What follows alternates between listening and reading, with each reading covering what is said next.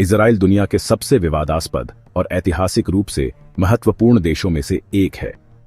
यह देश यहूदियों के लिए पवित्र भूमि मानी जाती है, लेकिन इसके अस्तित्व की कहानी संघर्ष, युद्ध, निर्वासन और राष्ट्रवाद से भरी हुई है।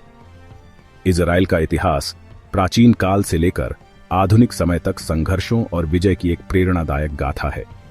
आइए जानते हैं इजराइल का संपूर्ण इतिहास। 2000 ईसा पूर्व के आसपास हिब्रू जनजातियों ने आधुनिक इजराइल के क्षेत्र में बसना शुरू किया।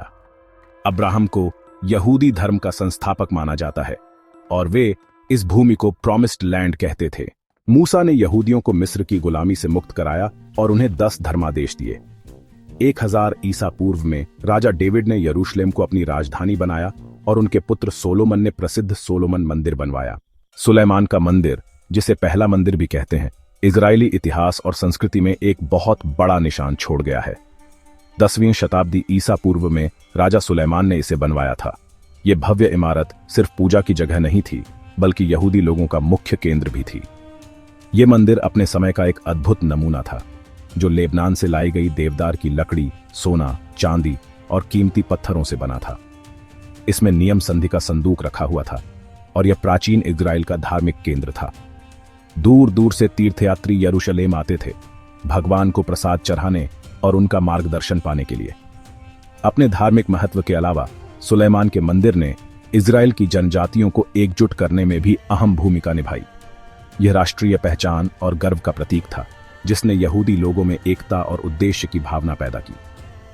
586 ईसा पूर्व में बेबीलोनियों द्वारा मंदिर के विनाश ने दुख और हानि का एक गहरा क्षण लाया।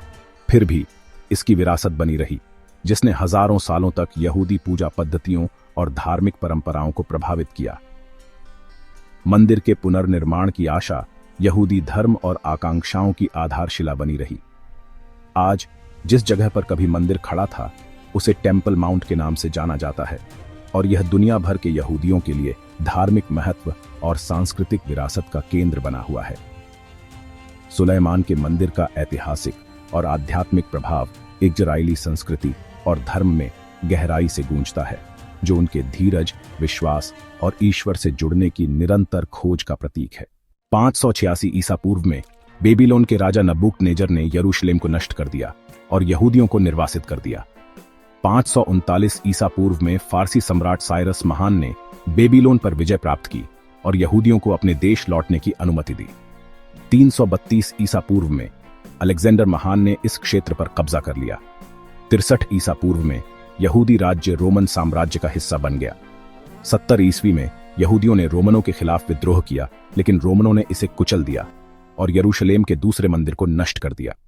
रोमन साम्राज्य द्वारा यहूदियों को देश से निष्कासित कर दिया गया और वे पूरे यूरोप, एशिया और अफ्रीका में फैल गए। इस दौरान यहूदी कई जगहों पर भेदभाव, हिंसा और नरसंहार का शिकार हुए। 19वीं शताब्दी में यूरोप में यहूदियों के खिलाफ भेदभाव बढ़ा, जिससे जायनिज्म आंदोलन शुरू हुआ। इस आंदोलन का नेतृत्व थियोडोर हर्जल ने किया और यहूदियों के लिए एक अलग राष्ट्र की मांग की। सन 1917 में ब्रिटेन ने बाल्फोर घोषणा पत्र जारी किया, जिसमें यहूदियों के लिए यहूदी राष्ट्र बनाने की बात कही गई। 1920 से 1947 तक ब्रिटेन ने फिलिस्तीन पर शासन किया, लेकिन यहूदियों और अरबों के बीच तनाव बढ़ता गया। 1930 से 1945 के दौरान नाजी जर्मनी के होलोकॉस्ट में 60 लाख यहूदियों की हत्या हुई, जिससे इजराइल के गठन की मांग और तेज हो गई। 14 मई 1948 को डेविड बेन गुरियन ने इजराइल की स्वतंत्रता की घोषणा की। अगले ही दिन मिस्र, जॉर्डन, सीरिया, लेबनान और इराक ने इजराइल पर हमला कर दिया। इजराइल ने इस युद्ध में जीत हासिल की और अपनी सीमाएं बढ़ा लीं। लाखों फिलिस्तीनी शरणार्थी बन गए, जिससे मध्य पूर्व में संकट और बढ़ गया। 1967 में मिस्र, सीरिया और जॉर्डन ने फिर से इजराइल पर हमला करने की योजना बनाई। इजराइल ने पहले हमला कर दिया और सिर्फ 6 दिनों में युद्ध जीत लिया। इस युद्ध के बाद इजराइल ने यरूशलेम, गाजा पट्टी, पश्चिमी तट, गोलान हाइट्स और सिनाई प्रायद्वीप पर कब्जा कर लिया। 1973 में मिस्र और सीरिया ने योम किप्पुर युद्ध में इजराइल पर हमला किया, लेकिन इजराइल ने फिर से जीत दर्ज की। 1979 में मिस्र और इजराइल के बीच शांति संधि हुई और मिस्र ने इजराइल को मान्यता दी। 1987 में फिलिस्तीनी विद्रोह इंतिफादा शुरू हुआ। 1993 में इजराइल और फिलिस्तीनी लिबरेशन ऑर्गेनाइजेशन PLO के बीच ओस्लो समझौता ओस्लो अकॉर्ड्स हुआ, जिसमें फिलिस्तीन को कुछ स्वायत्तता दी गई। 2000 के बाद गाजा पट्टी में हमास और इजराइल के बीच कई युद्ध हुए। इजराइल ने 2020 में अब्राहम समझौते अब्राहम अकॉर्ड्स के तहत संयुक्त अरब अमीरात UAE और बहरीन के साथ शांति समझौते किए।